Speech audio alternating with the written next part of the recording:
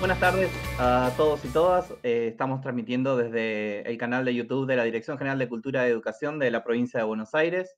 Mi nombre es Agustín Andrade, soy el coordinador del programa Coros y Orquestas, que depende de la Subsecretaría de Educación de la Dirección.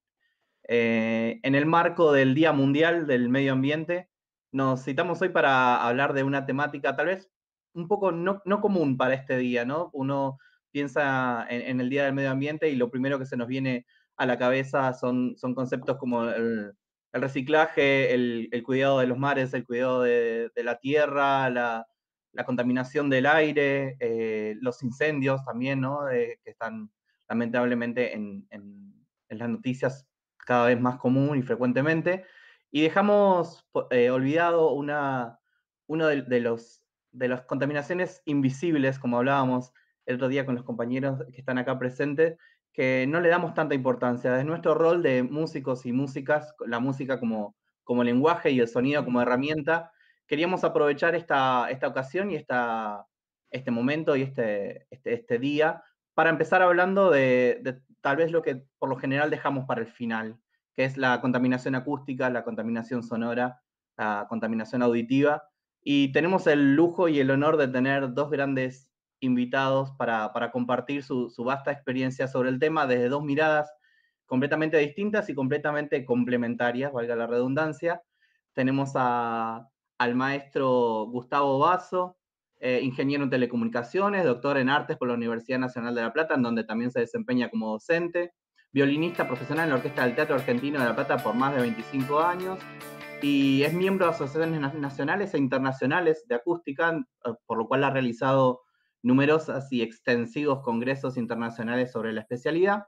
Y también nos acompaña Noelia Watts, licenciada en Fonoaudiología, integrante de la Comisión de Audiología del Colegio de Fonoaudiólogos de la Provincia de Buenos Aires, Regional La Plata, quien también ha realizado numerosas charlas y jornadas en el marco de congresos nacionales e internacionales sobre contaminación acústica y salud auditiva.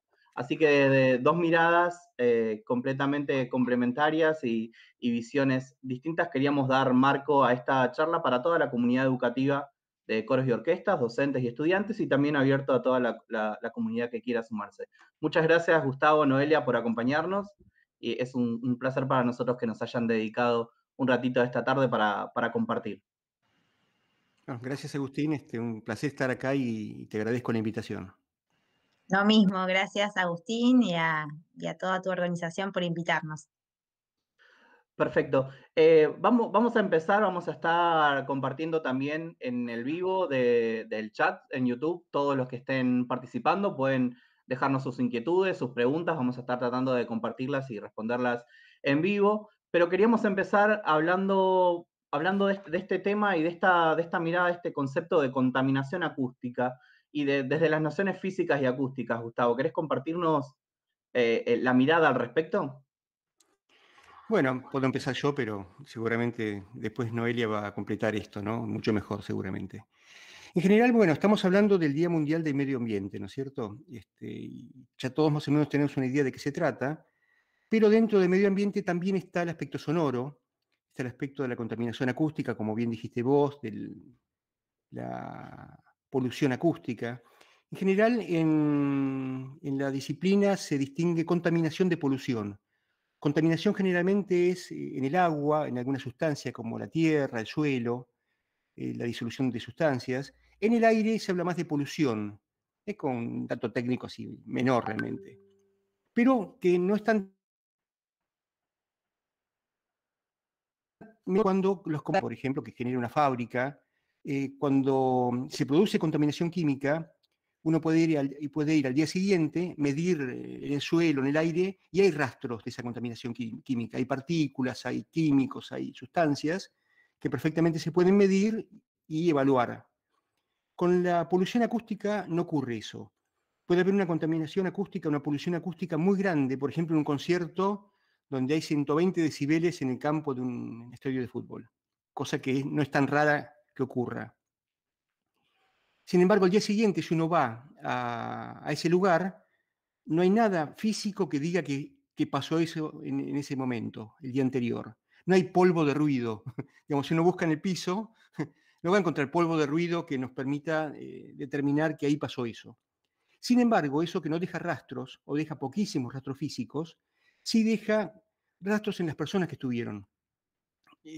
Por un lado, disfrutaron el momento, pasaron un buen momento con música, etcétera, pero quedan rastros a niveles audiológicos, no iría a hablar muchísimo de eso dentro de un rato, a niveles, otros niveles, digamos, de su patrimonio físico y cultural, básicamente. Entonces la idea sería hablar un poquito de cómo es esta contaminación acústica, esta polución acústica, que es tan particular y que obviamente está relacionada con el concepto de ruido. Uno cuando habla de contaminación acústica piensa automáticamente en ruido. Yo soy un coleccionista de definiciones de ruido. Hay gente que colecciona mariposas, que colecciona estampillas. Yo colecciono definiciones de ruido. Es mi hobby. Tengo como unos 50 más o menos, pero les voy a dar 3 o 4 para que vean que el tema no es tan fácil, no es tan común, tan sencillo. Para la ciencia acústica contemporánea, el ruido no es diferente de un sonido. Es decir, son señales en el aire que cuando hay un sujeto percipiente se convierten en una representación mental, en algo que accede a la conciencia de esa persona. Y para que sea ruido, lo que se le pide es que tenga alguna connotación negativa. O sea, no hay nada en la señal que lo distinga del sonido, pero sí que tenga alguna connotación, algún efecto negativo en esa persona. Entonces, para las normas y leyes mundiales y del país, de Argentina, generalmente el ruido es un sonido molesto o no deseado. Esa es la definición de norma que se aplica en las leyes, que uno puede, digamos, arguir para que un inspector venga a ver si pasa alguna cosa que no está bien. Ahora, lo interesante es que un sonido molesto o no deseado es dependiente del contexto. Hoy me recordaba Agustín que cumple años Marta Gerich, la gran pianista argentina, y supónganse que Marta Gerich toque en un teatro de Buenos Aires, en el Colón. Uno pagaría con gusto la entrada para ir a escucharla, obviamente es una enorme pianista, una gran música, pagaría la entrada, hasta se bañaría para ir, uno se baña todo, toma el micro, va a Buenos Aires, va al Colón, y la oye Marta Gerich. Y generalmente después de esa experiencia uno queda cambiado, es una experiencia de vida importante, y queda muy contento, por supuesto. Ahora, si yo la tengo Marta Gerich, la tuviera, no la tengo, por supuesto, la tuviera de Marta Gerich, de vecina en el departamento de al lado, mal aislado de mi departamento, como es lo común en Argentina, y a ella se le ocurre tocar la sonata de Liszt a las 4 de la mañana, cuando yo me tengo que levantar a las 7 para ir a trabajar, eso que es la maravilla de la música de Marta Gerich tocando la sonata de Liszt, que cualquiera mataría por ver o por oír, en ese momento es un ruido, es una molestia. Eso para que se vea que el concepto de ruido, a nivel de definiciones, de normas, es contextual. A veces una cosa puede ser un ruido o puede no serla.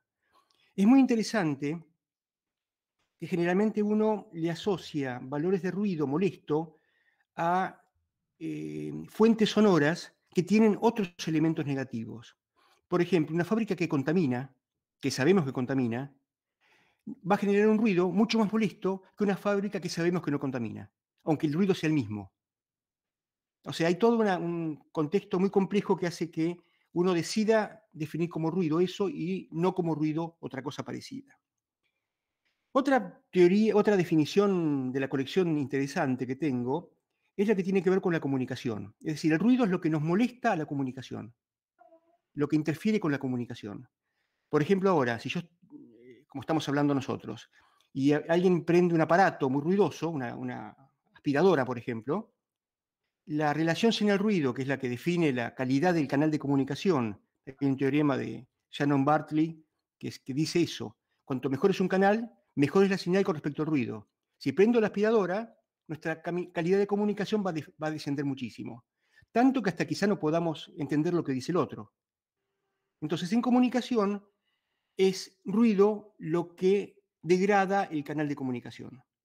Es interesante también porque a veces depende de cómo definamos señal y de cómo definamos ruido, qué querramos oír. A veces uno tiene más interés en oír el ruido del fondo de una ciudad que lo que habla el periodista, por ejemplo. Entonces ahí la relación señal-ruido cambia de función, la señal y el ruido. Otra definición muy interesante. Bueno, en medicina, por supuesto, lo va a ver Noelia, ruido también es lo que deteriora el patrimonio físico de las personas, lo que lo daña. O sea, el ruido puede dañar a las personas, bueno, pero eso lo dejo en manos de quien sabe en serio el tema. En música, que acá hay tantos músicos de las orquestas escuela, en música, hasta el principio del siglo XX, ruido era un sonido no tónico, un sonido que no tenía asignación de nota, que uno no pudiera decir que tuviera un do, un re, un fa. Por ejemplo, un tambor era un ruido que acompañaba bien a la música. Obviamente, esa definición del siglo XIX o histórica, tradicional, en el siglo XX cambió y hoy en día cualquier mi teléfono, eso es interferencia de la comunicación, ¿no es cierto? Cualquier sonido, perdón, Voy a hacer la aclaración porque seguramente debe pasar por esto. Hablamos del cumpleaños de Marta Argerich porque también es el cumpleaños de Gustavo y seguramente también lo están llamando para saludarlo y nosotros acá robándole un cachito de su tiempo. Y además lo tengo que decir porque está viendo en el canal de YouTube y en el chat hay cantidad de alumnos y alumnas tuyos que si no lo decimos nos van a linchar a la salida, así que lo teníamos que mencionar. Bueno, entonces les decía, en medicina pasa, y en música, en el siglo XX, piensen en John Cage, en tantos autores, que utilizaron sonidos cotidianos, Pierre Schaeffer, miles, que usaron sonidos cotidianos para armar la estructura de una obra musical. O sea que en música ya directamente un ruido no tiene casi sentido definirlo como ruido, sino como parte o no de un discurso musical o de una obra de música. Ya directamente eso ha cambiado a partir de 1930 más o menos. Después hay una definición de un alumno mío en acústica musical, ya que estamos hablando de la facultad. Hace mucho tiempo yo hice la pregunta en un parcial como extra, ¿qué es el ruido? No les había dicho lo que era el ruido. A ver qué me decían. Y uno me puso que el ruido era pequeño, peludo y suave. Una cita a Platero y yo de Juan Ramón Jiménez. Por supuesto que después lo desarrolló, lo justificó y sacó un 10, empezando así la cuestión. Así que me parece que esto es simplemente para poner en contexto un poco el tema físico. Obviamente un ruido para ser tal tiene que tener algunas variables, algunos parámetros acústicos bien definidos, un nivel sonoro o intensidad sonora relativamente importante para que sea presente, que se lo oiga bien. En general, cuanto más intensidad, más decibeles, decimos en acústica, más molesto es un ruido una vez dado, una vez definido como ruido. Tiene que ver con las frecuencias. Hay frecuencias que molestan mucho más que otras. Los sonidos agudos en general interfieren más la comunicación que los graves, aunque los graves tapan más el resto de los sonidos que los agudos. Es decir, ya empezamos un trabajo un poco más fino, que por ahí excede un poco los alcances de esta charla. Y aparte, yo querría escuchar lo que dice Noelia de esto, porque me parece muy interesante. Sí, ni hablar.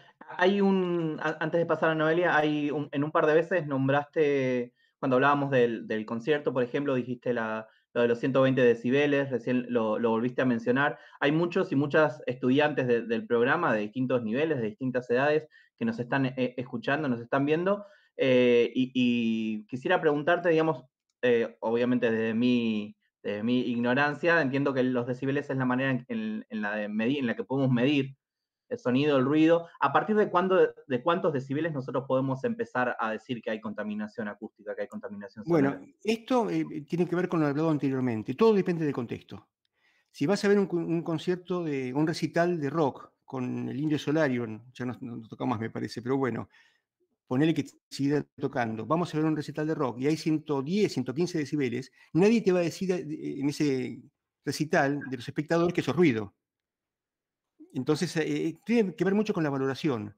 Y a veces, intensidades muy, muy bajas, casi irrelevantes, cuando uno está muy concentrado o que quiere hacer una actividad determinada o quiere dormir, esa intensidad tan baja puede ser muy molesta. Entonces, yo estoy separando muy claramente lo que es molesto o no deseado de lo que es dañino, que es el tema de Noelia, por supuesto. Ahí ella va a tener que decir Ella va a decir muchas cosas más interesantes, pero con respecto a la molestia, depende muchísimo del contexto. Es más, si me apurás, te diría que el silencio no es tan bueno, pero eso lo dejamos para después. Bien, muy bien. Pensaba cuando comenzaste tu parte a contarnos y hablábamos de la contaminación, la polución y demás, la diferencia de los conceptos y hablar de contaminación, y lo hablábamos un poquito en la previa cuando Noelia me contaba, hoy me levanté y en el marco del Día Mundial del Medio Ambiente miré los diarios, los medios, y todo el mundo hablaba de todo tipo de contaminación y nadie hablaba de contaminación acústica. Y pensaba también, en base a lo que decían ustedes, que solemos percibir la contaminación como aquello que perjudica algo de nuestro entorno y que después nos va a terminar afectando a nosotros, pero la contaminación acústica es algo que directamente nos afecta a nosotros, no hay una modificación en el medio, por ejemplo, como la contaminación del agua, que a raíz de la contaminación del agua después nos va a afectar a nosotros. La contaminación acústica es algo que nos afecta directamente. ¿Y cómo afecta todo este contexto entonces, Noelia, a la salud? Bueno, gracias por invitarme. Eh, Vuelvo a repetir, pertenezco al Colegio de Fonobiólogos de la Regional La Plata y la idea de hoy es hablar de la contaminación acústica. ¿Me escuchan bien? Porque me Perfecto. apareció una imagen de fondo, eh, por las dudas para corroborar, que me desapareció Gustavo, por ejemplo, y quería chequear de que me están escuchando bien. Bien. Con respecto a lo que le consultabas recién a Gustavo, nosotras que estudiamos por ahí un poquito más la salud, desde la Organización Mundial de la Salud sí hay un lineamiento con respecto a los decibeles. Se sabe que si cualquier ser humano que se expone a más de 70 decibeles por varias horas, eso sí ya es dañino para el organismo, y más de 100 decibeles ya es doloroso para el organismo humano. Yo preparé unas imágenes como para ayudarme un poco para esta charla y que sea un poco más práctica. Quería comentarles que bueno, que la contaminación acústica, como te decía hoy, yo hoy me tomé el trabajo de leer La Nación, Clarín. Clarín publicó un montón de imágenes, 20 imágenes con respecto a la contaminación, y ni una mencionaba la contaminación acústica. Como dijo Gustavo, es una contaminación invisible. Nosotros llamamos al ruido un mal subestimado. Es un eslogan que hemos usado en varias campañas, porque la verdad que poco se habla del ruido y nos produce severas alteraciones en la salud física, psíquica y en especial del oído, que es lo que voy a hablar yo. Ay, esperen que no aparece la pantalla. Practicamos, pero a ver si la puedo compartir. Practicamos todo el compartir pantalla y veníamos bien, pero nada, Veníamos bien. tranquila, nadie nos corre. Igual si no llegara a poderse ver, lo explico, digamos, pero me gustaría que sí. Bueno, la contaminación acústica afecta no solo a la salud.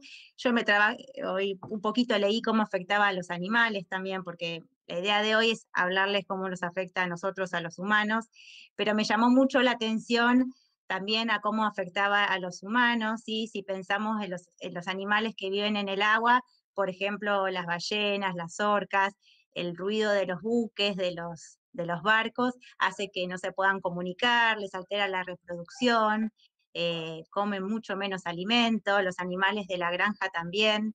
Eh, por ejemplo, una vaca que está expuesta a mucho ruido produce menos leche, come menos alimento, y ni que hablar de las mascotas, ¿no? Que eso sí hemos sacado algunos artículos de pirotecnia a fin de año, como, bueno, los sonidos altos afectan sobre todo a los perros, que tienen un oído mucho más sensible que los humanos y que estos sonidos tan fuertes como son los fuegos artificiales y la pirotecnia hace que quieran huir, les altera, digamos, su humor, se esconden. Entonces, bueno, en especial con respecto al humano, comentarles que, bueno, que todo humano que vive en una ciudad muy ruidosa, en una calle muy ruidosa, le cuesta conciliar el sueño, vive estresado, le cuesta concentrarse, a veces produce el ruido, dolor de cabeza. Con respecto a eso genera, bueno, todo un nerviosismo y estrés. Muchas de las campañas también nos han acompañado, digamos, individuos de La Plata que viven en calles ruidosas y que, digamos, no tienen forma de visibilizar esta contaminación, y cuando nosotros hacemos una campaña de ruido son los primeros en querer acompañarnos contando su propio padecimiento, ¿no? Cualquier individuo que vive en una calle muy ruidosa, como decía recién, le cuesta dormir, le cuesta concentrarse, no puede estudiar, le duele la cabeza, puede presentar problemas cardiológicos o digestivos. Y en relación al oído, lo que yo venía a hablar hoy específicamente, bueno, empieza a aparecer una pérdida auditiva, que al principio, digamos, afecta solo a la gama de los agudos. Recién Gustavo mencionaba, los tonos agudos son los que primero se afectan cuando una persona se expone a ruidos, y si esa exposición se prolonga en el tiempo, empieza a afectar a toda la gama de frecuencias. Algo que quería comentarles, que el profesional médico que se encarga de estudiar el oído es el médico otorrino, ¿sí? Si alguno de ustedes tiene alguna inquietud, sospecha de que puede tener algún problema en el oído, el otorrino sería el primer profesional a consultar, donde nos va a mirar el oído, nos va a descartar un tapón de cera y nos va a sugerir una audiometría. La audiometría es el estudio básico que estudia ambos oídos, estudia distintas frecuencias y nos permite investigar si esa persona que va a consultar tiene algún problema auditivo. Y como hablábamos hace un ratito con Gustavo, es como una fotografía, ¿no?, de cómo está nuestra salud auditiva antes del daño, durante el daño y posterior al daño. Bueno, hay fábricas que tienen esta obligación de estudiar a un individuo que va a empezar a trabajar antes de que empiece a trabajar y todos los años, a ver si el oído se empieza a afectar producto de la exposición. Y bueno, destacar que también el ruido, como uno de los primeros síntomas que aparecen, también es el zumbido, ¿sí? Nos pasa a nosotros que si vamos a una fiesta, que ahora tampoco, ¿no? Las extrañamos, pero cuando uno va a una fiesta se va aturdido, se va con dolor de cabeza y se va con zumbido. Si nosotros al Exactamente, otro día... esa es una de las primeras preguntas que apareció ya, no es el segmento, pero va a lugar en esto que comentás vos. Nos preguntan por qué aparece ese zumbido. ¿Por qué aparece Y el ese zumbido zumbido después del es como una recital, la alarma del fiesta? oído, de que ya sufrió un daño y hay que estar atento y cuidarlo, digamos. Está resentido ese oído. Si nosotros ya nos aparece el zumbido, al principio aparece y se va. Me vuelvo a exponer, me aparece y se va.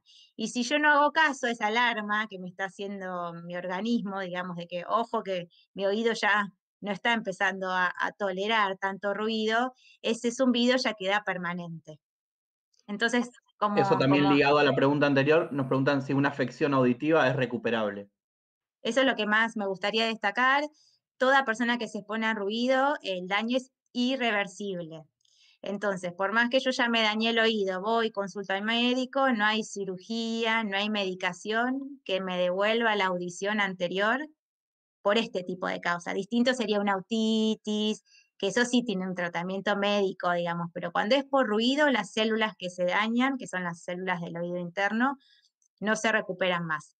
Por eso es tan importante que nosotros estemos charlando de la contaminación acústica, porque creo que la prevención es el único canal que nos permite alertar a la población de cuán importante es que nosotros cuidemos nuestros oídos. Sobre todo a todos ustedes que nos están escuchando, esta audiencia que trabaja con la música, que el oído va a ser una herramienta de trabajo.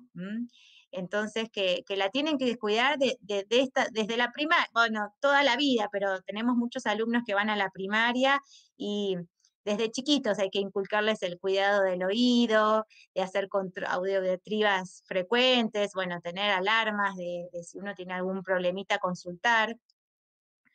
Y bueno, otra de las cosas que quería comentar, porque también tenemos coro acá, es que el ruido también afecta a la voz, ¿sí? Cualquiera que quiera, profesión que trabaja con un ruido de fondo, y no se controla, termina con lo que mencionamos como disfonía, ¿sí?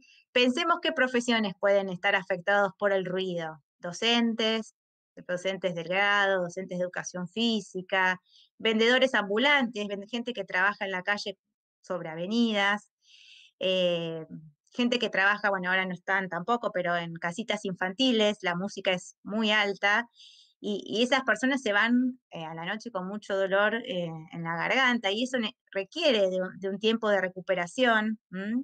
Entonces, bueno, acá ustedes tienen futuros alumnos coreutas también, que sepan que el ruido también puede complicar la voz. Y bueno, en el humano, si tuviésemos que hablar cómo es esta pérdida que nos produce en el oído, es de los dos oídos, es más de las frecuencias agudas, es irreversible, también afecta el entendimiento, ¿sí? Al principio solo me cuestan escuchar ciertos tonos, pero si esta exposición al ruido se prolonga, empiezo a tener fallas de entendimiento de las palabras. Y bueno, no hay vuelta atrás. Entonces, tenemos que buscar la manera, además de dar charlas preventivas, de saber cómo cuidarnos los oídos. Que no sé si mencionarlo ahora o lo pensaríamos después, pero hay varias formas de poder cuidar el oído. Cuando uno, bueno, tiene una profesión a la cual sí o sí va a estar expuesto. Qué sé yo, los odontólogos, por ejemplo, tienen las turbinas con las cuales trabajan por ahí 8 horas por día, y son gente que nos llega con problemas auditivos. Y algo que quisiera, digamos, mencionar y no olvidarme, es algo que nos preocupa bastante, es, bueno, hoy en día los adolescentes, estamos encontrando muchos adolescentes con problemas auditivos, que tiene que ver con el uso excesivo de los auriculares. Em, digamos, la mayoría los usa mucha cantidad de horas, más del volumen aceptable, y no es que encontramos gente con problemas auditivos a alta edad. Ya desde los 18, 20 años, ni siquiera han empezado a trabajar, y uno ya encuentra adolescentes con problemas auditivos donde el problema estuvo en la poca conciencia con respecto al ruido, en la cantidad de usos auriculares. Bueno, hay ciertos ambientes, como vos mencionabas recién, los estadios, los conciertos, las discotecas, todo eso, el sonido supera los 100 decibeles. Entonces, qué sé yo, un DJ que está varios sábados expuesto, bueno, ahora todo esto está más limitado, ¿no? Pero el que trabaja como periodista en un estadio deportivo, bueno, puede concurrir, pero con un protector auditivo, o sea, aconsejar en esas situaciones eh, cómo manejarse. Pero bueno, estamos viendo un montón de adolescentes con problemas auditivos que nos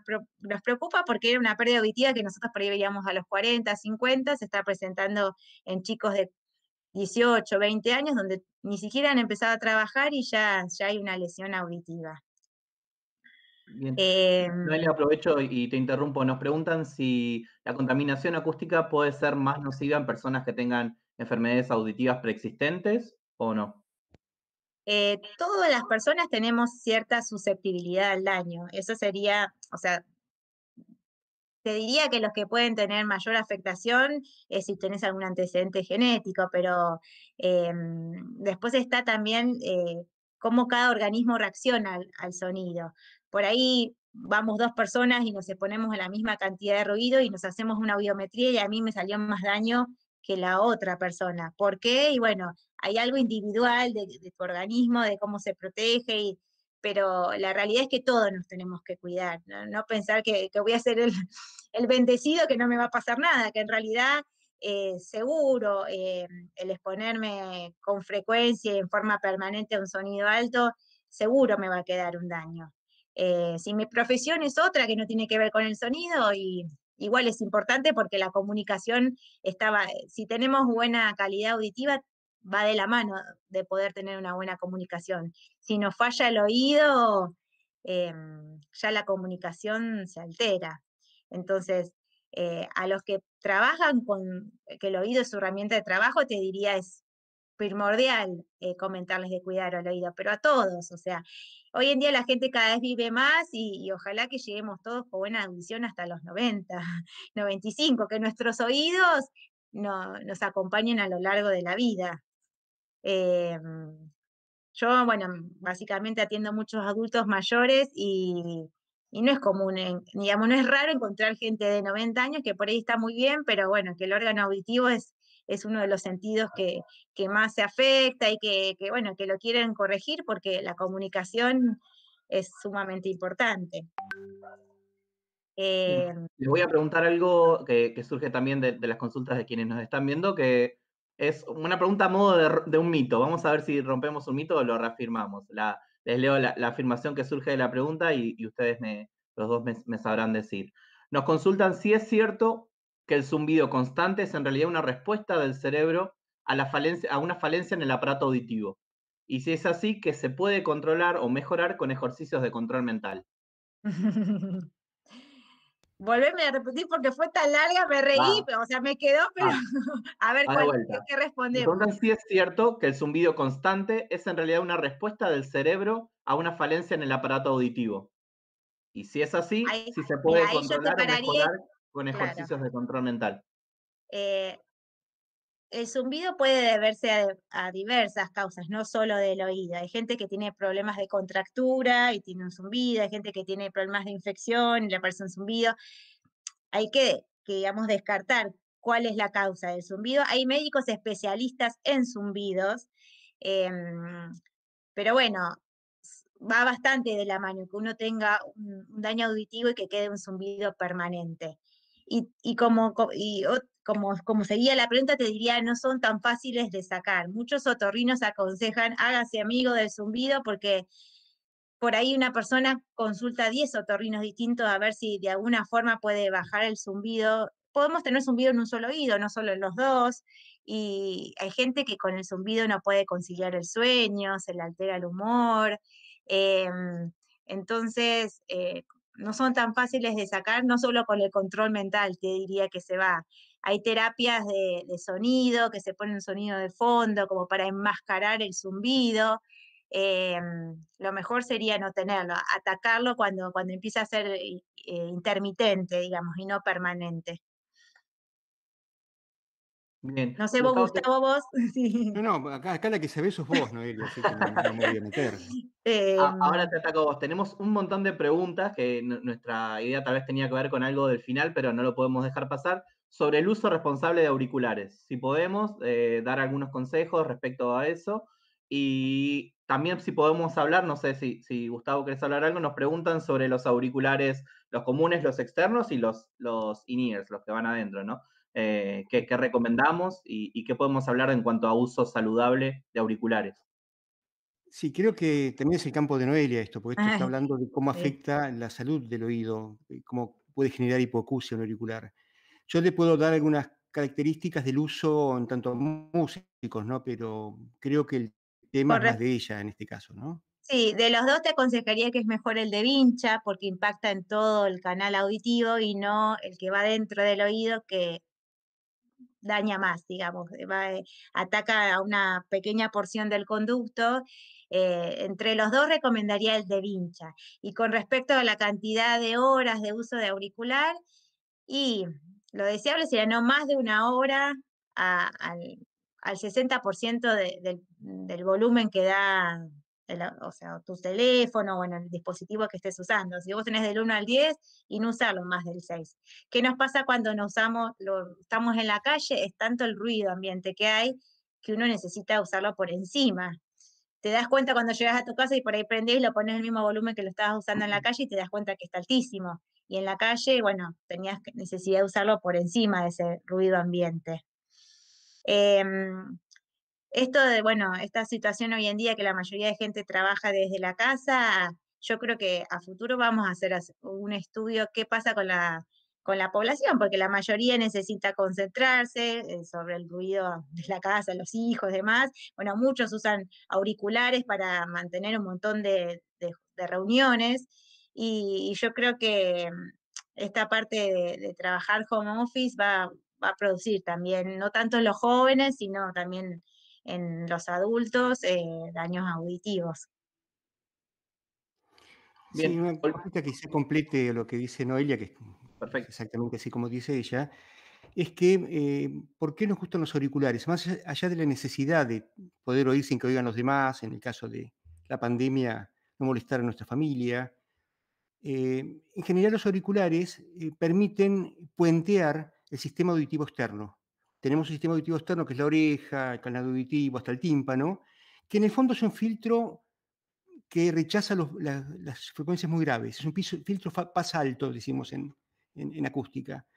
Los auriculares, como van pegados a la oreja o dentro del canal auditivo directamente, pueden producir bajos muy buenos con parlantes muy pequeños, porque no está actuando el filtro del oído natural que tenemos. Ahora, siempre que uno puentea un filtro natural que por algo está puesto por la naturaleza en nosotros, está generando una situación no pensada por la evolución, digamos. Entonces, eso que lo hace tan bueno en cuanto a los graves y demás a los auriculares, es lo que los vuelve tan peligrosos, porque todos los sonidos graves pasan sin ningún tipo de filtro, de control. Y quizá como complemento de eso, coincido con Noelia que, digamos, no hay que tener miedo, hay que tener cuidado, como decía una vieja campaña, ¿no? Por otro tema. Hay que usarlos cuando se necesita. En música hay cierto tipo de parte de la mezcla que hay que hacerla con auriculares, no se puede hacer con los parlantes de un estudio de aire, porque no se notan algunas cosas. Entonces ahí estoy muy de acuerdo con Noelia, hay que usarlos lo menos posible y a niveles bajos. Y cuando estamos en ambientes de ruido, ahora tecnológicamente hay una solución que es el control activo de ruido. Vienen muchos auriculares, incluso in-ear, los chiquillos pequeños, que tienen un sistema de cancelación de ruido que hace que el ruido que viene de afuera no penetre el canal auditivo. Entonces uno puede estar en un ambiente muy contaminado por ruido, oyendo menos el ruido contaminante y oyendo mejor lo que está viniendo como señal. En el caso de tener que usar auriculares en ambientes de mucho ruido, son más que recomendables estos porque el nivel final que llega al oído es mucho menor. Sobre todo porque uno puede oír a niveles más o menos medios sin problemas de inteligibilidad. Bien, genial, muchísimas gracias.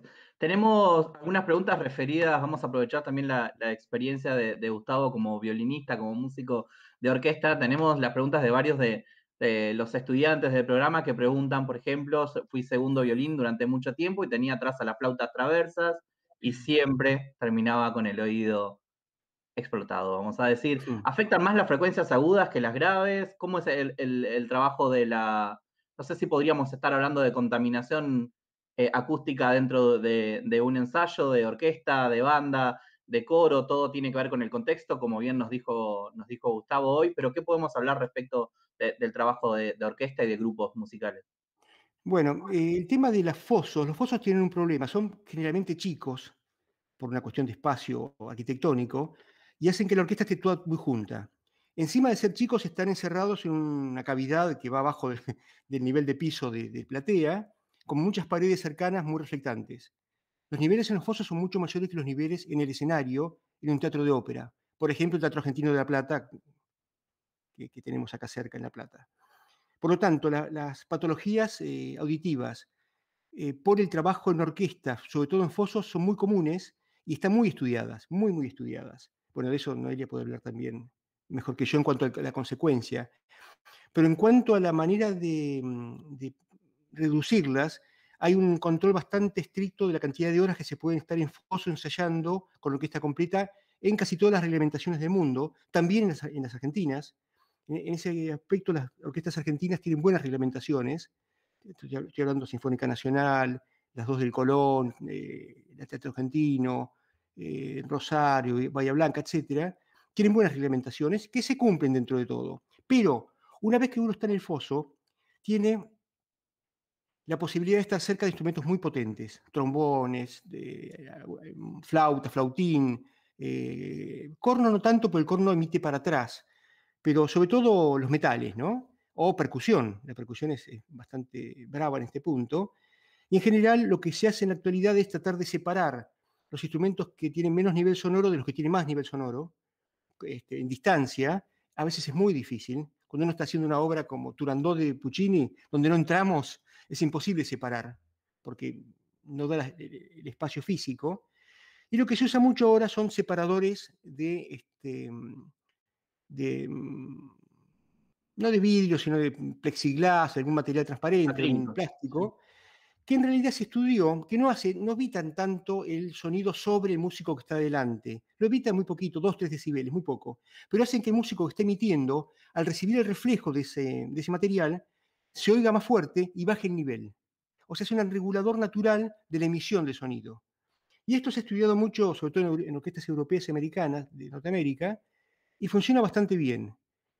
Pero la patología en el músico de orquesta es bastante común y no se le ha encontrado una solución definitiva.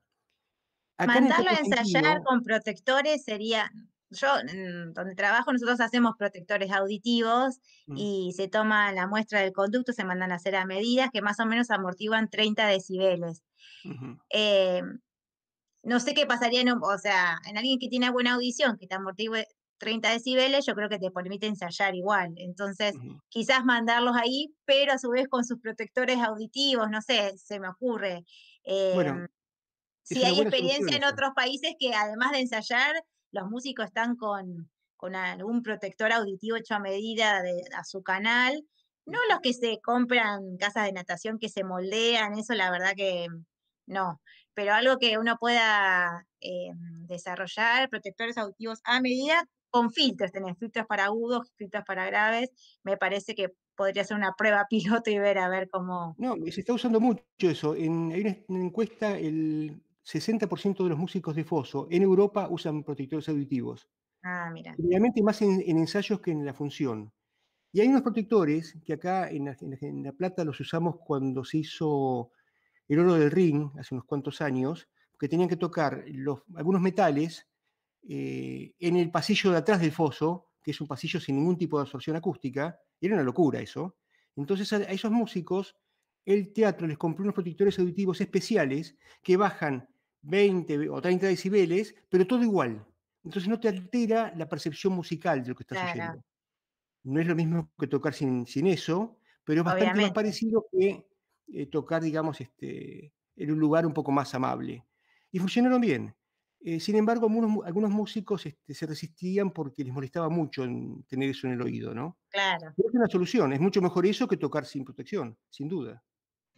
Sí, había varias inquietudes respecto a la recomendación o no de uso de dispositivos protectores durante el ensayo y también consultas sobre si eso puede llegar a afectar o no la búsqueda de un resultado sonoro de la orquesta, digamos, cómo puede influir eso si todos los músicos están usando ese tipo Bueno, de ahí está el protector. tema.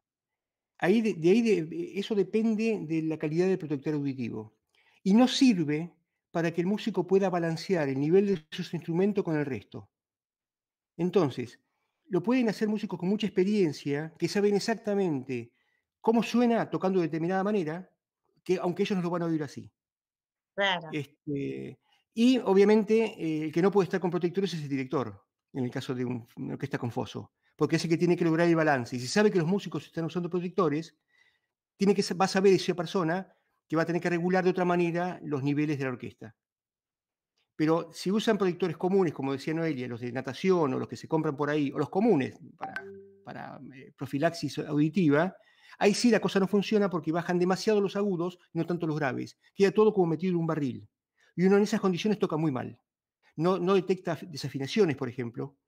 O sea, aumenta tanto la banda de cada nota que está haciendo que uno puede emitir en un montón de frecuencias cercanas y le parece todo lo mismo. Entonces va a tocar desafinado, salvo que sea un músico muy bueno con una gran memoria muscular, que no es lo común.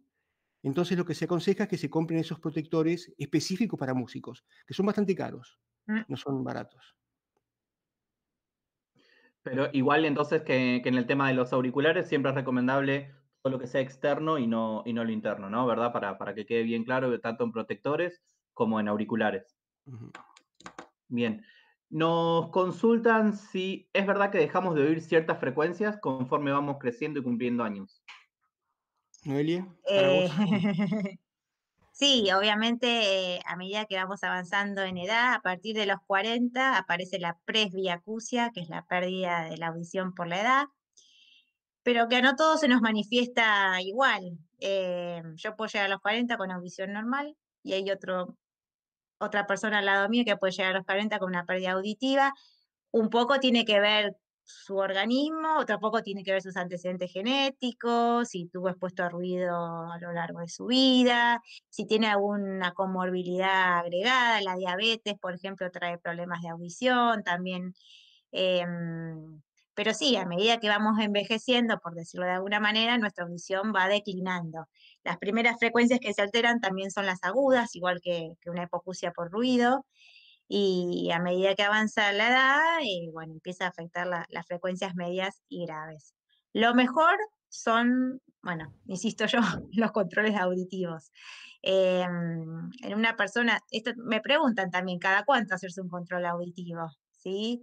En una persona que no tiene antecedentes, que no se expone a ruido y demás, y es una persona adulta, yo te diría cada 10 años, a partir de los 40 años, a los 10, a los 40, a los 50, ya a partir de los 60 años y cada 3 años, y a partir de los 65, y sería ideal una vez por año. Cuanto antes la detectemos, más tips podemos dar a esa persona que cuide sus oídos y evitar que lleguemos al uso de un audífono que no es la audición natural, nunca igual al oído humano. Entonces, bueno, cuanto más cuidemos el oído y más vida le demos, sobre todo que todos vamos a llegar, si Dios quiere, a alta edad. eh, Así que bueno, tratar de cuidarlo todo lo que podamos. Sabiendo que, bueno, somos músicos, nos vamos a exponer, qué sé yo, ensayé 8 horas y no llego a casa y sigo usando auriculares. Ya sé, ensayé 8 horas y me fui con zumbido y bueno, trato de hacer actividades donde no me ponga sonido. Mi oído tiene que descansar en esa situación para poder recuperarse, para que el zumbido se me vaya. Bien, una consulta que tiene que ver con el tema anterior. Nos preguntan a ver si los dispositivos, los protectores, tienen algún nombre en particular y con qué profesional se pueden diseñar o dónde conseguirlos. ¿Dónde consigo mis protectores para poder ir a ensayar a mi orquesta de manera más saludable? Sería básicamente. No sé, Gustavo, Bueno, pasa que se me ocurren marcas y no sé si da marcas acá. ¿Pero tiene Le digo algún a los que nombre o compramos se consiguen como protectores? son protectores de respuesta plana, se llaman. Y dicen para músicos en general. Voy a dar una marca, pero bueno, son los Setimotic. Esos son muy buenos, vienen en una cajita muy linda y valen más o menos $20 el par. Son carísimos. Como está el dólar en Argentina, son prohibitivos para un músico normal, que gane un sueldo normal, digamos. Y duran un tiempo, no son eternos. Uno los limpia, se pueden limpiar, por supuesto, pero son elementos muy delicados. Pero funcionan. Si quieren les muestro uno, si me esperan un poquito. Sí, sí, Hablamos sí. mientras, Noelia. Dale. ¿Alguna otra pregunta más que por ahí pueda resolver yo? Hasta que esperamos a Gustavo. Eh, Ahí te a ver digo, si tiene pueden. que ver con instrumentos. Bien. ¿Se puede tener un trauma acústico sin percibir el zumbido? Sí, se puede. El trauma acústico es una patología, o sea, una pérdida de audición por habernos expuesto a ruido, pero puede aparecer en la audiometría solo la pérdida auditiva y no el zumbido. ¿Mm? En general se suele acompañar el trauma acústico. El trauma acústico también hace referencia a una exposición súbita a un sonido, ¿no? Una exposición prolongada, pero podemos tener un trauma acústico por un petardo, podemos tener un trauma acústico por ensayar muchas horas con saltos. Generalmente hablamos de un trauma acústico cuando toda la cadena de la audición nos da normal y nos aparece una pérdida en la frecuencia 4000. Bueno, acá los encontré. Mientras. Esto es otra marca, se llaman Alpine. Fíjense que dicen para músicos. Y es interesante porque vienen, acá está la cajita, estos son nuevos, vienen, a ver si se ve, ahí se ve. Vienen obviamente los insertos en el oído, y estas cositas que hay acá abajo son filtros con distintas caídas de frecuencia y distintas atenuaciones. En general, lo que aconseja todos los músicos que hacen esto, o los músicos que lo usan, es que uno pruebe con varias atenuaciones hasta tanto vea un equilibrio entre lo que está oyendo y lo que, digamos, está protegiendo el audífono protector. Porque si está sobreprotegido el oído, para un músico es malísimo. Tiene que tener una protección exacta, que evite que se dañe el oído, pero a su vez que oiga lo que pasa en su alrededor. Y eso, bueno, estos tipos de dispositivos profesionales permiten que en cada situación uno pueda cambiar. Y generalmente los músicos de rock usan unos, los músicos de orquesta usan otros, depende del tipo de música de orquesta, dónde está el violinista, como decía Noelia hoy, si está a 1 metro de un trombón o está en medio de la fila. Pero son sistemas paliativos que, bueno, que más o menos funcionan. Genial, muchísimas gracias. Aprovecho, Gustavo, y te pregunto, que nos están consultando sobre el estudio personal, individual en casa, el músico y su instrumento solos, me preguntaban sobre duraciones, ejercicios para poder ayudar a proteger el oído, usar protectores para estudiar, sí, no, cada cuánto. Bueno, eso tiene que ver con lo de Noelia en cuanto a la cantidad de horas y la cantidad de decibeles, obviamente. Ella ya fue bastante clara que a partir de un nivel empieza a ser dañino si pasamos determinada cantidad de horas por día. En general depende mucho del instrumento. Si el instrumento es muy sonoro, un metal, una batería, primero tratar de buscar un lugar amplio para ensayar, no muy chico, porque cuanto más chico es el lugar, mayor cantidad de decibeles va a haber en ese lugar. Entonces, buscar un lugar amplio y en lo posible con mucha absorción acústica en el interior. Eh, Alfombras, cortinas, roperos abiertos, sobre todo Toma de la tía que espuma. lo cuelgan de algún lado. Este, y cuando el instrumento es muy, muy potente, una batería, por ejemplo, ahí sí es absolutamente recomendable usar protectores, sin duda. Un violinista, no tanto, porque el violinista tiene el instrumento acá y lo va a tener siempre aunque esté en la plaza. Entonces, digamos, para un violín, el problema es el violín, no tanto el lugar donde se halla. O para un guitarrista. Pero si alguien toca trompeta, trombón o batería, el tratamiento del lugar de ensayo es importante. Bien, bien. Volviendo un poquito al concepto Hay una de... cosita más, perdóname Agustín, Sí, que es perdón, importante para los chicos. Hay perdón. una cosita importante acá. Esto cuando son estudios individuales. Cuando termine la pandemia vamos a volver a ensayar en conjuntos, en grupos, y generalmente el nivel de grupo lo manejan 1 o 2 instrumentos. Por ejemplo, en el caso de rock, la batería, o de jazz o de música folclórica. La batería, ¿por qué? Porque la batería no puede manejar mucho el nivel. El golpe en el tom-tom, en el platillo va a ser más o menos el mismo siempre. Entonces lo que se hace profesionalmente cuando hay un lugar un poco más preparado para ensayos es colocarlo en un lugar especial al baterista, encerrado, para que no afecte al resto, y es el baterista con protectores, por supuesto. A veces con protectores grandes, importantes. Oye a sus compañeros a través del vidrio o a través de una conexión a una consola.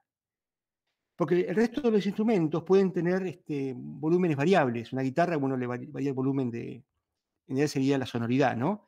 Con el potenciómetro de salida, etcétera. Pero la batería es casi imposible. Entonces, o los metales, en caso de que hubiera trombones, trompetas, tuba, se aconseja que esos instrumentos vayan en lugares separados con los músicos protegidos. La batería también tiene la posibilidad de ensayar con una batería digital, este, que puede ahí sí manejarse el nivel.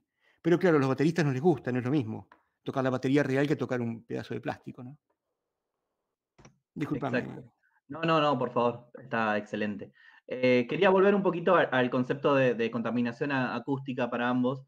Y teniendo en cuenta, fue muy importante y a mí sobre todo me abrió mucho la cabeza todo lo que planteó Gustavo al inicio respecto a que tiene que ver con el contexto, ¿no? La relación entre el ruido en función también del concepto de ruido en función al contexto, y sobre todo para aclarar y que no vayan a salir a decir después que dijimos que Marta Argerich contamina. Teniendo en cuenta, obviamente, que los contextos pueden variar y que según el contexto cualquier cosa puede ser considerada ruido, digamos, como eso es una cosa que me quedó sonando en la cabeza, ¿cuáles son, según ustedes y según sus miradas, las principales fuentes de contaminación acústica en nuestras ciudades, en nuestros barrios, en nuestras comunidades? ¿Cuáles son las principales fuentes de contaminación acústica? Yo te diría el tráfico, las obras en construcción, los trenes, bueno, los autos, Antes, bueno, discotecas, bares, restaurantes, pero no dejo recalcar el uso de auriculares. En una campaña que hicimos, que ahora no puedo mostrar la imagen, era una cara con auriculares y sangre que le salía del oído, digamos. Era drástica, fuerte la imagen, pero como para tener en cuenta esto, los auriculares, la cantidad de horas que me expongo dañan el oído. Si uno ve sangre y dice, uy, pucha, me lastimé. ¿Y por qué con el auricular no pensamos que nos lastiman, lo usamos indiscriminadamente la cantidad de horas? Entonces, muchos sonidos los generamos nosotros, ¿sí? A través de, bueno, los ruidos que tenemos en el hogar, aspiradora, batidora, bueno, todo eso también sería contaminación acústica, siempre y cuando se dejen puesto un montón de tiempo innecesariamente. No sé, a vos, Gustavo, ¿qué otros sonidos se te ocurren que sean No, contaminación acústica? bueno, trombones, trompetas, etcétera, pero bueno, no quiero enemistarme con nadie. No, yo coincido con vos, Noelia, en que sobre todo los chicos, los jóvenes, el gran problema son los auriculares, sin ningún tipo de duda. Sobre todo porque no hay conciencia de que daña. Claro. Suenan tan lindo, digamos, son tan agradables de usar, y eso no lo voy a discutir porque yo también uso auriculares, por supuesto, y los disfruto mucho, pero por lo menos soy consciente de que eso, mal usado, es peligroso. Los chicos en general no tienen esa información, ese conocimiento, y los usan en condiciones no adecuadas y mucho tiempo. Y yo creo que acá tendríamos que empezar a hablar en algún momento en esta charla, digo, ¿no? De qué hacer para revertir o para mejorar esta situación, o para parar este aumento de los daños producidos por el ruido en nuestra comunidad, que están en aumento realmente. Así que me parece que es un buen tema para Sí, empezar a yo charlar, ¿no? pensaría en la educación, como dijimos hoy que esto es irreversible, creo que tiene que empezar a hablarse en los colegios también, como una currícula más. Sí se habla de otra contaminación, porque no se puede hablar de la contaminación acústica, digamos. Mi nena está en jardín y el año pasado trabajaba, digamos, cómo reciclar las cosas y yo creo que se baja, digamos, la información, así que creo que es algo que la educación, digamos, del tránsito también se trabaja en las escuelas. ¿Por qué no podemos trabajar la contaminación acústica como una currícula más, empezar en los colegios? Ya que hoy no tengamos un público escuchándonos, todos estos son multiplicadores de esta información, o sea que por ahí, bueno, alguien no pudo estar, pero el compañero che, ¿sabés que estuve escuchando la charla? Porque vos te estás cuidando, usás auricular, ya que lo empiecen a mencionar, para nosotros es una satisfacción, o sea, algo quedó de esto que pudimos charlar. Bueno, yo diría controles periódicos de la audición, como dijo Gustavo, el tema de los paneles en los lugares donde uno ensaya, asesorarse qué materiales usar, cortinas, alfombra, goma espuma, em, tratar bueno, en casa ver qué puedo bajar de ruido, bueno, como reciclo, digamos, las cosas que tiro a la basura, qué ruido de la casa lo puedo usar menos, lo puedo dejar menos tiempo prendido y, bueno, respetar también las jornadas del silencio, tratar digamos, la salud, un ambiente sano es un derecho que tenemos de vivir en un ambiente sano. Entonces creo que también hay que pensar un poco en el otro y fomentar eh, un ambiente acústico sano, por la salud, por el descanso, por todo lo que viene después. Los protectores que mencionamos hoy. eh, Súper Básicamente eso se me ocurre importante como para... pensar en el cuidado de uno mismo, en todas las cosas que puede cambiar uno y que Claro. debe, y buenos hábitos que debe fomentar. Y qué podemos hacer también como sociedad, ¿no? Como comunidad, hay normativas, hay leyes vigentes, acaba de aprobarse la Ley de Educación Ambiental, que propone empezar a abordar desde lo educativo, como bien decía Noelia, que es necesario abordar desde la educación el cuidado del medio ambiente, pero concretamente de contaminación acústica vuelve a quedar al margen del trabajo fuerte, ¿no? Siempre es Sí, vos el sabés que último tanto a trabajo. nivel nacional como a nivel provincial de la provincia de Buenos Aires hay leyes de ruido, una ley nacional de ruido y una ley provincial de ruido, elaborada por especialistas, por expertos de todo el país, que lamentablemente todavía no han pasado totalmente el filtro del Congreso de la Nación o de la Legislatura de Buenos Aires. Siempre están ahí, están por votar a fin de año en esas jornadas maratónicas que votan un montón de leyes, y siempre queda entre el grupito de leyes que no se votó. Y ya hace unos cuantos años de esto. Mirá, estamos en una situación buena y mala en esto, en el país, en Argentina. Por un lado, hay tres ejes que siempre se mencionan cuando se habla de mejorar la calidad de vida de la gente, tanto a nivel ambiental en general como específicamente en la parte de polución acústica. El primer eje es el conocimiento, es decir, saber cómo hacer para mejorar la cosa. Y en eso estamos muy bien. Argentina tiene muchísimos investigadores en universidades, en institutos del Estado como el CONICET, la CIE, CONICOR, que estudian el tema y saben exactamente qué hacer. No es un problema de no saber qué hacer.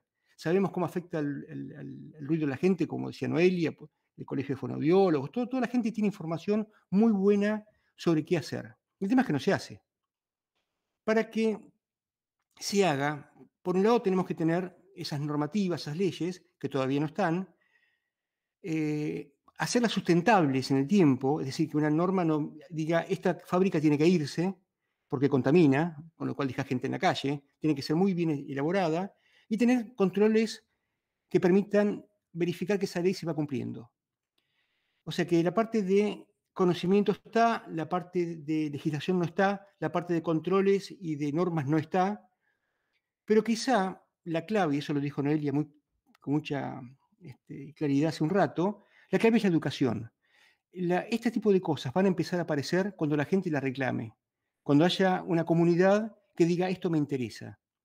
Y esto que estamos haciendo hoy es eso, tratar de llevar conciencia sobre este problema, sobre cómo afecta la calidad de vida de la gente el tema del sonido, que es parte de los temas más importantes en cuanto a calidad de vida de las ciudades. Y esa educación tiene que tener como tres direcciones distintas. Una hacia la comunidad en general, hacia la comunidad, lo que estamos haciendo ahora, en el caso de la provincia de Buenos Aires, pero también en los medios masivos de comunicación, tener toda la presencia que podamos y el apoyo de alguna gente. Tenemos por suerte algunos canales, por ejemplo, el Canal Encuentro ha dedicado mucho tiempo a estos temas en los últimos 15 años, por ejemplo. 15 no, 10 años, porque Encuentro nació en esa época. Hay programas de divulgación de los temas relacionados con el ruido y con la contaminación acústica en el país. Son pocos, tendríamos que tener más, pero bueno, algo hay. La segunda educación es para los niveles educativos primarios y secundarios. Los chicos son una esponja. Si uno logra despertar la conciencia de un nene en que sabe que si lo pincha un compañerito con un alfiler lo lastima y no lo hace, pero si le grita al oído, no sabe que lo está lastimando, ese tipo de cosas, los chicos lo hacen después y lo reproducen en la casa. Mi hija cuando tenía 4 años o 5 me retó porque yo tiré un papel en la calle una vez. Ella me retó a mí y no tiene nunca más un papel en la calle. Es decir, los chicos tienen esa capacidad de absorber la información y darse cuenta cuándo es importante. Y obviamente la tercera pata de la educación es hacia arriba, hacia nuestros gobernantes, a los legisladores, a los del Poder Ejecutivo, al Poder Judicial. Es todo un trabajo muy largo que lamentablemente hay tantos problemas en el país, la pandemia no nos deja mentir, pareciera un tema no tan importante, pero lo es realmente. Me gustaría darles un ejemplo que siempre doy porque me parece que es muy ilustrativo de esto. En Francia, en la ciudad de Grenoble, cerca de Suiza, se hizo un trabajo de antropología urbana, hace unos 20 años más o menos, que era preguntarle a la gente que iba a comprar o alquilar un departamento o una casita en la zona de la ciudad, antes de alquilarlo, ¿qué miraba de la casita o el departamento? ¿Qué datos tomaba en cuenta para decidir alquilarlo o comprarlo? Y eran generalmente la luz que tenían, la calidad de construcción, la cercanía a transporte público, que no hubiera ninguna de las tres pestes, que eran los funerarias, pescaderías y jardines de infante. Es decir, bueno, es un chiste eso, pero lo decían. Y bueno, estos investigadores tomaron nota de una cantidad grande de gente y fueron al año a hacerle la misma encuesta, una encuesta parecida. ¿Va? Del 100% de las personas que habían alquilado o comprado vivienda, un 60% estaban desconformes con la vivienda que habían comprado o alquilado. De ese 60%, el 70% estaba disconforme con el tema acústico. Le molestaba el vecino que ponía la radio a cualquier hora, los ruidos de la calle, el tipo que zapateaba arriba, no lo dejaban escuchar televisión porque molestaba al de abajo. Es decir, había un problema de convivencia vecinal con los vecinos por la acústica. Y muchos querían mudarse por problemas acústicos. Ahora, ese tema, que era el más importante en cuanto a las molestias y a los defectos de una vivienda para una familia, no había sido tomado en cuenta cuando lo compraron o alquilaron. Quiere decir, no está instalado como un problema hasta que uno lo sufre. Pero cuando lo sufre, es muy importante. Me parece que eso marca la importancia de la educación. Que la gente empiece a darse cuenta que, como decía Noelia, se puede lastimar físicamente, de modo concreto, si no tiene cuidado y llegar a una edad avanzada siendo un hipoacúsico, como le pasa a tanta gente. Bueno, es Me un poco eso, me parece. gustaría también mencionar nosotros las campañas de difusión que hacemos. Muchas veces pedimos colaboración del grupo de hipoacúsicos de La Plata, em, donde nos acompañan y ellos cuentan su experiencia, ¿no? De cómo es padecer una hipoacusia, algunos por ruido, y muchas veces el mensaje llega más que en el caso mío como profesional de la salud. Entonces, ellos también, bueno, lo ven como importante empezar a concientizar y nos acompañan a una televisión, a un colegio eh, o en algún lugar que nos inviten.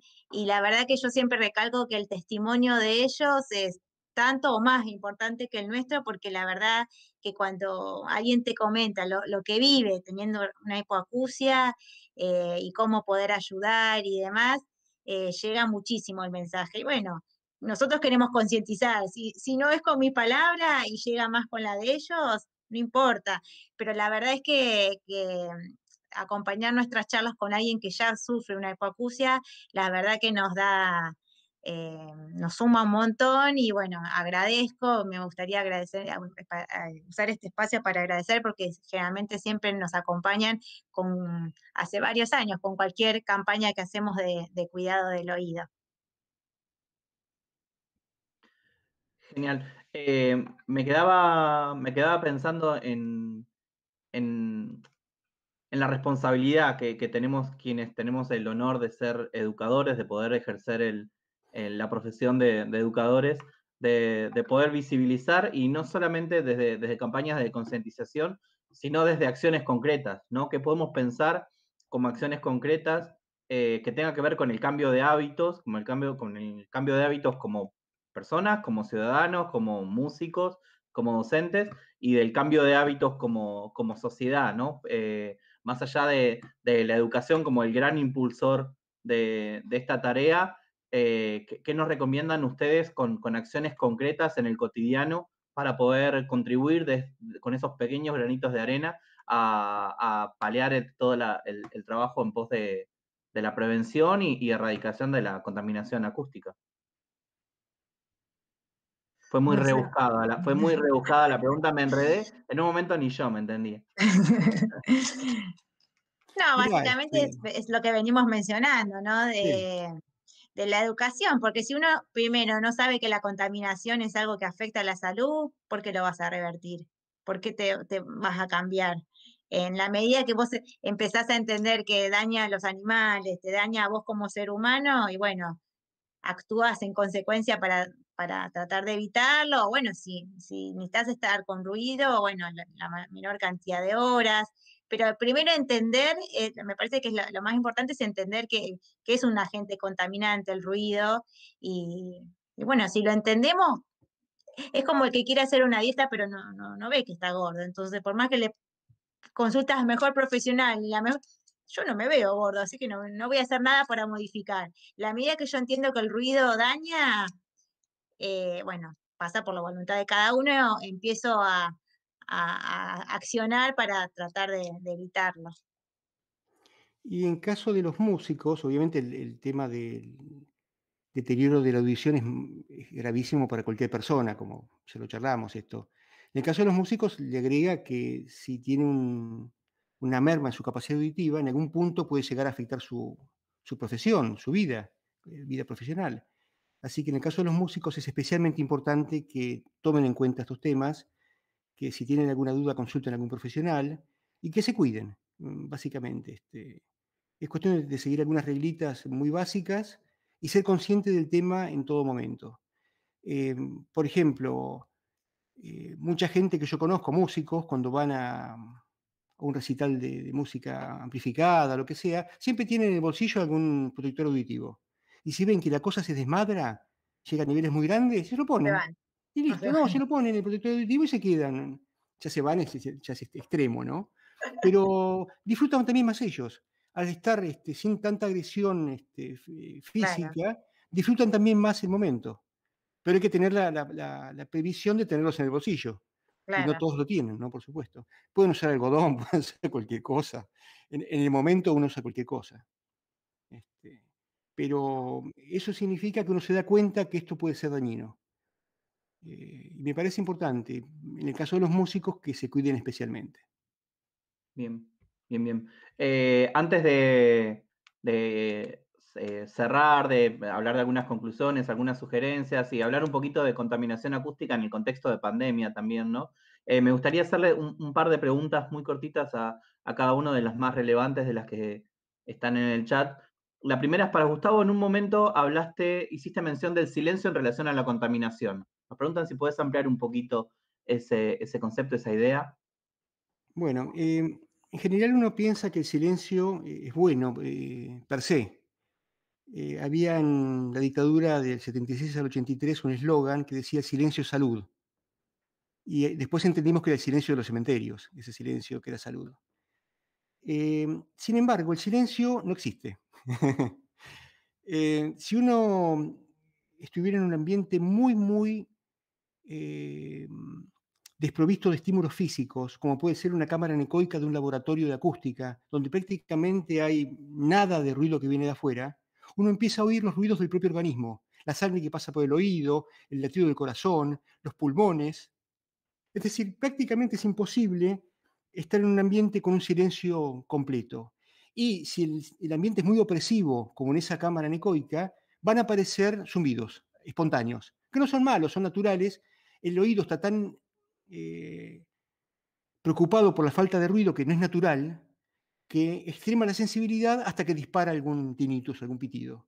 Pero no pasa nada. Pero quiero decir que el silencio, como tal, es casi imposible de obtener en la vida cotidiana.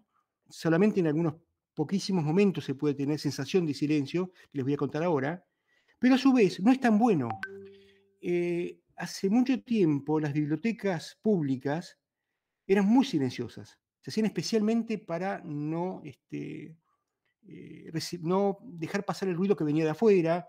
Los empleados eran muy silenciosos, no hablaban nunca. Yo recuerdo de haber ido a estudiar a la biblioteca de la Universidad de La Plata, que es un edificio hermoso ahí en Plaza Rocha, y nunca poder estudiar.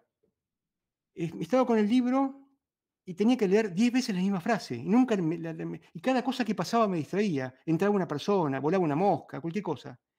Sin embargo, estudiaba fenómenos en los bares.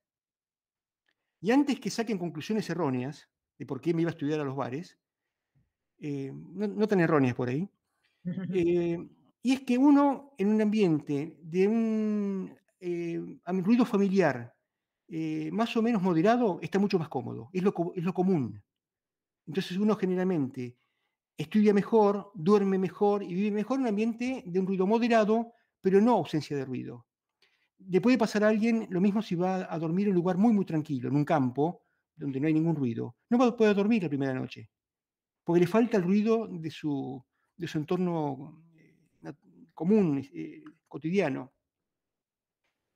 Entonces, en las bibliotecas actuales no prescriben el menor ruido posible, sino que prescriben una cantidad de decibeles de un ruido que no sea muy distrayente para que la gente pueda estudiar más cómoda.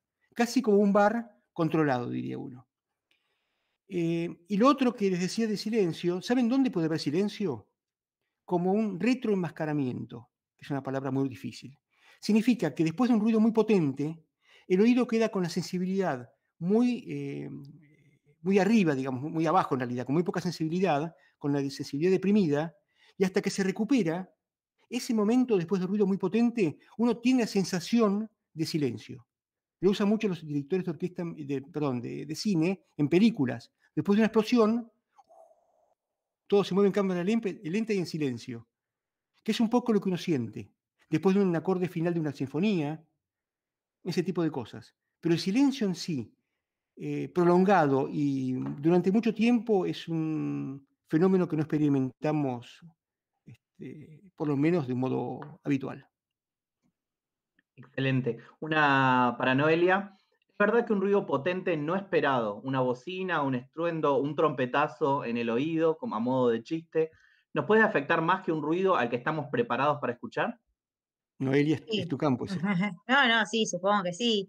Un sonido súbito. Normalmente estamos preparados para sonido. Tenemos un músculo en el oído medio que nos protege de los sonidos, sonidos de la naturaleza, no sonidos provocados por el humano. Entonces, cualquier sonido súbito, fuerte, provocado por el humano, no estamos preparados. Después quedará en, digamos, en cada uno cuánto dañó ese sonido, cuán cercanía estaba de ese sonido y, digamos, mi organismo qué susceptibilidad tiene, porque esto vuelvo a decir, los dos vamos al mismo lugar, estamos a la misma distancia y nos daña a los dos, nos hacemos una biometría y por ahí no nos dio el mismo daño. Hay algo individual en cada uno, en la genética, miles de factores, digamos. Pero la realidad es que un sonido súbito, agudo, eh, suele dañar mucho más que un sonido continuo y de menor cantidad de decibeles. ¿Mm? Esto tiene mucho que ver con los músicos también, por lo menos en los músicos se ve mucho. Esos músculos que habla Noelia, que están en el oído medio, se activan y tienen una activación, tardan más o menos 200 a 300 milisegundos en activarse. Entonces el sonido viene muy de golpe. Cuando se activaron, para protegernos ya pasó el sonido. Entonces no logra... Entonces, ¿qué pasa? ¿Vieron ustedes cuando un boxeador le pega una trompada a un árbitro por equivocación, que generalmente lo noquea? Es muy común, vean en YouTube, está lleno de casos. ¿Por qué? Porque el árbitro no espera la trompada. Está con el cuello blando y toda la energía va al cerebro y lo desmaya. El boxeador que está preparado, con los músculos del cuello que ensayan, por supuesto, en tensión, recibe mejor el impacto de la trompada y su cerebro no se daña tanto. Con esto pasa lo mismo. El que genera sonido, un percusionista, alguien que toca un tambor, haciendo un rim shot con la baqueta, sabe que va a venir ese sonido y se pone duro en el oído antes de golpearlo. Casi todas las hipoacusias severas por ruido impulsivo en orquestas no son de los que produjeron el ruido, sino de los que estaban cerca. Claro. Porque el que lo produjo el ruido sabía que venía, se protegió. El que estaba cerca no lo sabía y le entró directamente a la cóclea, digamos. Así que es un dato interesante para los músicos, ¿no? Excelente, genial, muchísimas gracias. Gustavo, nos preguntan a ver si hay alguna manera de medir decibeles con nuestro simple celular en casa. Qué tema. Sí hay. Obviamente todos los celulares, tanto Android como iPhones, tienen iOS, tienen un montón de aplicaciones, hay cientos, algunas buenas, otras malas, que se pueden bajar de la red y funcionan como decibelímetros. Yo tengo 3 o 4 acá en mi celular. ¿Cuál es el problema? Los micrófonos de los celulares no están calibrados. Entonces, ¿dónde está el 0 decibel? Nadie sabe. Entonces, cuando uno mide, puede tener un error, más 20 decibeles, menos 20 decibeles, con lo cual lo vuelven inútiles para mediciones en serio, para tener una idea real de lo que está pasando. Ahora, si un celular se calibra con un decibelímetro profesional, se lo pone uno al lado del otro, y los buenos programas de celulares permiten ajustar el cero con una calibración, y uno hace eso, es una buena manera de tener una idea de qué está pasando. Claro, eso tenemos que tener un amigo con un decibelímetro normalizado y verificado, poner una fuente acústica constante y ponerlos juntos y ajustar uno con el otro. Yo lo tengo así, por eso lo uso a veces cuando no tengo mi decibelímetro a mano. Pero no es aconsejable usarlos sin la calibración porque no están midiendo algo que sepan qué es realmente. Perfecto, súper claro. Noelia, mencionaste un montón de veces la palabra audiometría y hablamos siempre de asumir hábitos, buenas prácticas, hábitos, y uno tal vez tiene mucho más incorporado el hábito de ir al dentista o en las mujeres de ir al ginecólogo, pero no vamos al otorrino como hábito a consultas por lo general. Yo me puedo hacer una audiometría, puedo decidir, bueno, esta foto de la que hablaban los dos hoy para saber cómo está mi oído hoy. ¿Me puedo hacer una audiometría? ¿En qué momento? ¿En qué lugar? ¿Eso tiene un costo? Siempre que yo soy fonoaudióloga, entonces me llegan para hacer la biometría, pero siempre pido el primer, digamos, la primera consulta tiene que ser a un otorrino. El otorrino es el médico que con un otoscopio, con un aparato, mira el oído y descarta que no haya un tapón de cera. La audiometría tiene que ser hecha con un oído limpio. Entonces, si bien yo tengo en mi consultorio un otoscopio, está mal. Si yo intento hacer una audiometría, cualquiera que me quiere venir a consultar. Primero aconsejo que pase por el otorrino. Si tiene un tapón de cera, el otorrino le extrae la cera, o a veces a una enfermera, y hace la orden, si fuese por obra social, para que vaya la fonoaudióloga a hacerse la audiometría y la logoaudiometría. Ambos estudios, la logoaudiometría, no sé si alguien se la hizo, es el estudio que te leen palabras y uno las tiene que repetir. Tanto la audiometría como la logoaudiometría serían los estudios mínimos que uno, digamos, pediría en un adulto, como para tener una noción básica de cómo es su audición en toda la gama de frecuencias. Con una audiometría, con un equipo, con un audiómetro, nosotros evaluamos desde la frecuencia 125, que es una frecuencia grave, hasta la 8000.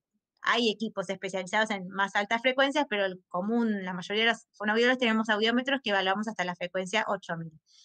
La verdad que nos da bastante información de distintos sonidos graves, medios, agudos, y se evalúan cada oído por separado con auriculares.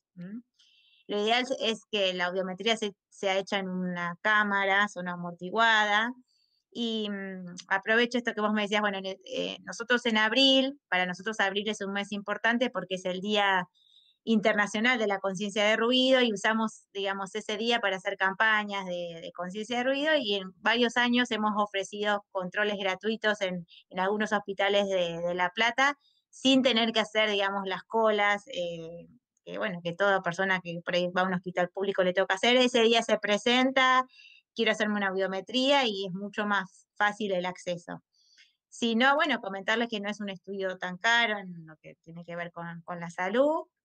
Y bueno, si me da normal y no tengo ninguna pauta de alarmas, me haré cada tanto. Ahora, si me da con una discapacidad, una hipoacusia, bueno, ya me queda una foto de cómo están mis oídos, cuál tengo que proteger un poco más, ir y controlándomelo con los años, a ver si esto avanza, no avanza. Bien, bien. Refuerzo entonces. Último miércoles de abril de cada año, Día Mundial de la Concientización sobre el Ruido. Hay un montón de campañas, sobre todo del Colegio de Fonoaudiólogos de la provincia de Sí, Buenos Aires, en sus para ofrecer distintas controles regionales, gratuitos. así que estemos atentos, estamos a unas semanas tardes ahora. Para cerrar, no quiero abusar de su amabilidad, de su tiempo y de que nos hayan abierto esta pequeña ventanita que tenemos hoy para meternos en su casa. Un poquito hablábamos ayer del tema de la intimidad y de meternos en nuestras casas.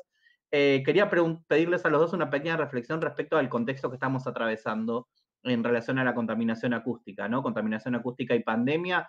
Podemos decir que al restringirse la circulación por momentos y en lugares hay menos contaminación acústica, sí, no, ¿qué reflexión amerita al respecto? El año pasado salió en Clarín un artículo de la ciudad de Buenos Aires donde había, en fase 1 fue cuando después del 19 de marzo que se cerró todo con bastante imposición, digamos, que había bajado muchísimo el nivel de ruido, no estábamos acostumbrados, y bueno, que para muchos fue una señal de alarma y empezar a evaluar, ¿no? ¿Qué tipo de calidad de vida tengo? Se llegó a unos niveles de decibeles diarios de vida impensados. yo lo que rescato de esto es aprovecharlo para, bueno, como una toma de, porque tanto estamos acostumbrados al ruido que cuando, digamos, tenemos que llegar a que alguien nos cierre todo como para darnos cuenta de la importancia del silencio o la importancia de con cuántos ruidos, con cuántos decibeles estamos acostumbrados a vivir, no. Perdón, Gustavo, que te interrumpí, que vos querías No, mencionar algo. no, no, sí, Eh, sí, está muy lindo. no, eso me pareció interesante. Salió en el diario Clarín, bueno, con respecto a Buenos Aires, no fue estudiado en La Plata, pero fue llamativo, digamos, para mucha gente, para muchos otorrinos, digamos, la cantidad de ruido a la cual estábamos expuestos. Eso, eh, supongo yo que ahora de vuelta con la vida diaria no se da. eh, pero bueno, algo que comentábamos antes de empezar la charla, que eso que nos pasó acá en Buenos Aires se replicó en otras ciudades y generó la aparición de ciertos animales en zonas impensadas. Yo tengo a mi hermana en Mar del Plata y era gracioso ver digamos, a lobos marinos en ciertas zonas de Mar del Plata que nunca se había visto. ¿Y esto por qué se dio? Porque había menos ruido, los animales son sabios y si el ambiente acústico es sano, migran hacia zonas más silenciosas. Entonces, bueno, como se vio en Mar del Plata, se vio en el sur también bueno, ciervos y cosas apareciendo en lugares rarísimos. Bueno, nada, como pensar que, bueno, esto fue la primera, una de pocas veces pasó en el mundo que hubo momentos de tanto silencio y que generó hasta un cambio en la fauna de migrar hacia los lugares impensados, ¿no? Eh, no sé qué más aportar. Sí, lo que dice Noel es así. Hay un estudio mundial, la Federación Iberoamericana de Acústica, la Comisión Internacional de Acústica, están llevando a cabo un monitoreo en las más importantes ciudades del mundo. Buenos Aires participa, La Plata en parte también, Rosario, Córdoba, Mendoza, para ver cómo varió el nivel de ruido durante esta pandemia. Es un momento único y maravilloso para experimentar, para tener datos, así como hay datos del tema biológico y también datos a nivel ambiental, en todo sentido, sobre todo porque nos va a permitir saber las causas de ese ruido. Como sabemos qué es lo que se paró durante los lockdowns, los confinamientos que hubo en todo el mundo, sabemos exactamente, por ejemplo, que el tránsito obviamente es un factor de ruido fundamental y otras cosas más, pero también algunas actividades como la construcción y demás, y nos permite separar un poco la paja del trigo. Está muy bueno como datos de una base empírica mundial que van a tardar en analizarse 10 años, porque ahora hay tantos datos que hay que analizarlos con mucho cuidado. Por ejemplo, una de las cosas más divertidas que vimos con respecto a eso es que en Nueva York, durante el confinamiento más fuerte, que fue más fuerte que el de acá todavía, en Nueva York, eh, había un silencio muy grande y un pico de ruido. Un silencio muy grande y otro pico de ruido. Así durante el mes de marzo, por ejemplo, del 2020. Los picos de ruido eran los aplausos de la gente al sistema de salud, a los enfermeros, a los médicos. Esos aplausos en Nueva York normal no existen. No hubieran movido el perímetro, porque el ruido es tan grande en Nueva York, pero acá era un contraste muy, muy divertido en cuanto a cómo salieron en primer plano por ausencia del ruido normal. Claro. Así que se está estudiando muchísimo, pero también nos pasó que el pasar nuestra vida normal, laboral en muchos casos, como en nuestros, creo, ¿no? Que somos docentes, a nuestras casas, hizo que la contaminación acústica en las casas creciera, Claro. porque estamos viviendo los matrimonios con los chicos, con esto, con aquello, el vecino, y, y teniendo que realizar tareas a veces muy delicadas desde el punto de vista sonoro, como una conferencia, como una clase, como una cosa por el estilo. Así que el conflicto que era antes en la ciudad, público, pasó a ser algo más privado y en las casas. Claro. Este, Así como aumentaron los divorcios con la pandemia, yo creo que debe haber aumentado también la conflictividad intrafamiliar o intravecinal por esta convivencia que no era tan común, ¿no? Como las ratas en los laboratorios, cuando uno pone muchas ratas en una sola jaula se pelean. Nosotros somos igual en ese punto, y el ruido es una parte importante de esta incomodidad de convivencia.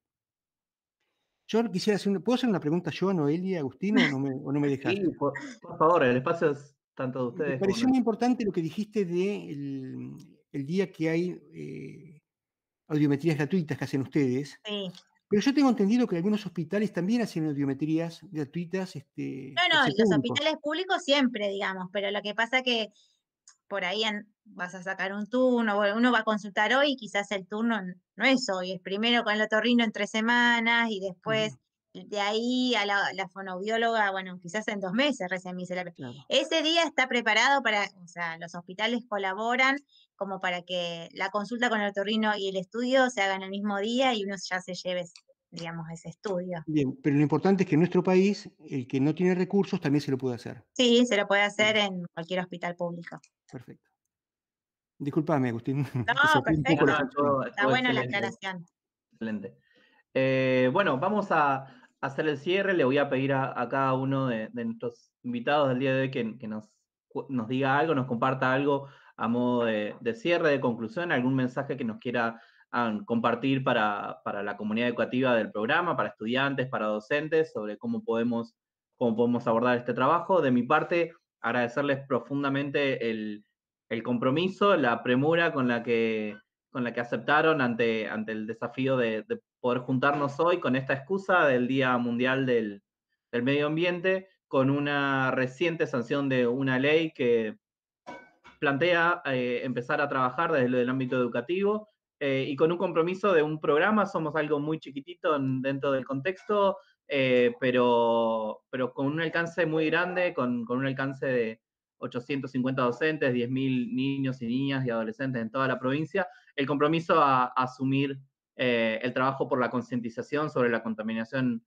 acústica desde estrategias y proyectos que vamos a estar enviando a todos los coros y orquestas de la provincia en los próximos días para seguir trabajando y abordando esta temática. Así que agradecerles profundamente su tiempo, la predisposición y toda la información que nos brindaron y haber contribuido un poquito durante esta hora y media, un poquito más, en prever la contaminación acústica porque nos dejaron a todos en silencio escuchándolos. Así que, de verdad, muchísimas gracias a maestro Gustavo Basso, muchísimas gracias Noelia, y en tu nombre a todo el Colegio de Fonoaudiólogos de la provincia de Buenos Aires, en particular del Regional La Plata. Y nada, si nos quieren compartir algo a modo de cierre, todo bienvenido sea. ¿Arranco yo? Como quieras. Bueno, cambiamos, él empezó, ahora termino yo. Exacto. No, yo creo que pienso que esto es una acción colectiva, no sirve, que tenemos entre todos poner un granito de arena en ser multiplicadores de esto que acabamos de escuchar, cada uno, con que cada uno en su casa lo lleve a un amigo, un familiar, esto de empezar a tomar conciencia del daño que genera el ruido. Creo que todos podemos muchos más, así que creo que tiene que ser una acción colectiva, que la charla de hoy sirva para tomar conciencia de cuán importante es nuestro oído a lo largo de toda la vida. Eh, Aprendemos a tratar de cuidarlo, protegernos con todas estas herramientas que escuchamos hoy. Y bueno, vuelvo a decir, es un derecho vivir en un ambiente sano y saludable acústicamente, así que bueno, por todos en general, creo que tenemos que luchar porque así sea. ¿Mm? Sí, totalmente de acuerdo. Iba a decir eso, así que Noelia ya lo dijiste. Simplemente para cerrar, que esta charla estuvo centrada en el ruido, la contaminación, que sería lo feo, pero el oído también nos permite apreciar la música. Y ya que en las orquestas escuelas hay tantos chicos y tantos docentes que disfrutan de la música, que es una de las maravillas que nos define como especie. La especie humana se puede definir por el habla, pero también por la música. Bueno, sepamos que este sentido tan maravilloso que tenemos nos permite comunicarnos con un arte tan hermoso como la música y que hay que cuidarlo por eso, además, no solamente para no dañarlo. Excelente, un honor tenerlos acá, poder haberlos escuchado, poder haberles hecho preguntas, poder transmitirles las preguntas de los profes, de los chicos que están ahí en su casa compartiendo con nosotros. De verdad, muchísimas gracias y nos volveremos a encontrar en algún otro contexto. Gracias, En un Gustavo, gracias, concierto sería Noelia. lindo, ¿no? En un concierto. En un concierto. Desde ya tienen 2 asientos reservados en primera fila para el primer concierto presencial que pueda hacer el programa, así que de verdad, pero con muchísimas protectores, con protectores en el bolsillo por las dudas. No, pero ellos no hacen mucho ruido, Noelia, ellos son tranqui. Ellos son tranqui. Sí, sí.